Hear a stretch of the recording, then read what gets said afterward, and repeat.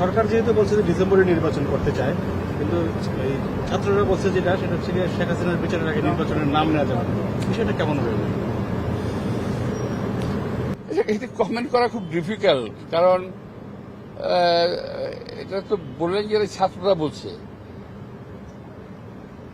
দলের নেতারা নতুন দলের নেতারা নতুন দলের নেতারা যদি কথা বলতে পারে ডিসেম্বরের মানে বিচার আগে হবে না, তো বিচার হোক না, বিচার তো আমিও চাই।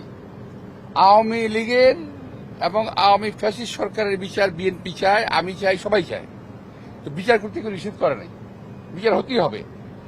বাংলাদেশের মাটিতে যে গণহত্যা হয়েছে, এই গণহত্যার বিচার হতেই হবে। তো বিচারটা হোক না, না করে সত্যি তো না করে নাই।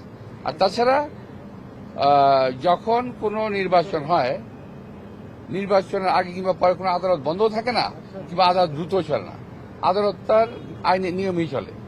হ্যাঁ, আমাদের সাজা হয়েছে, দ্রুত বিচার আদালতে আমাদের সাজা হয়েছে, আমাদের 11 বছর সাজা হয়েছে, আমাদের স্ত্রীর 16 বছর হয়েছে, আমার ভাইয়ের 8 বছর হয়েছে, আরো অনেকে রয়েছে। তো দ্রুত বিচার করতে পারে, অসুবিধা কি? একটা বিচার হোক না, কিন্তু কথাটা হলো নির্বাচন প্রক্রিয়া পিছিয়ে দেওয়ার জন্য কোনো অজুহাত তৈরি করা যাবে না।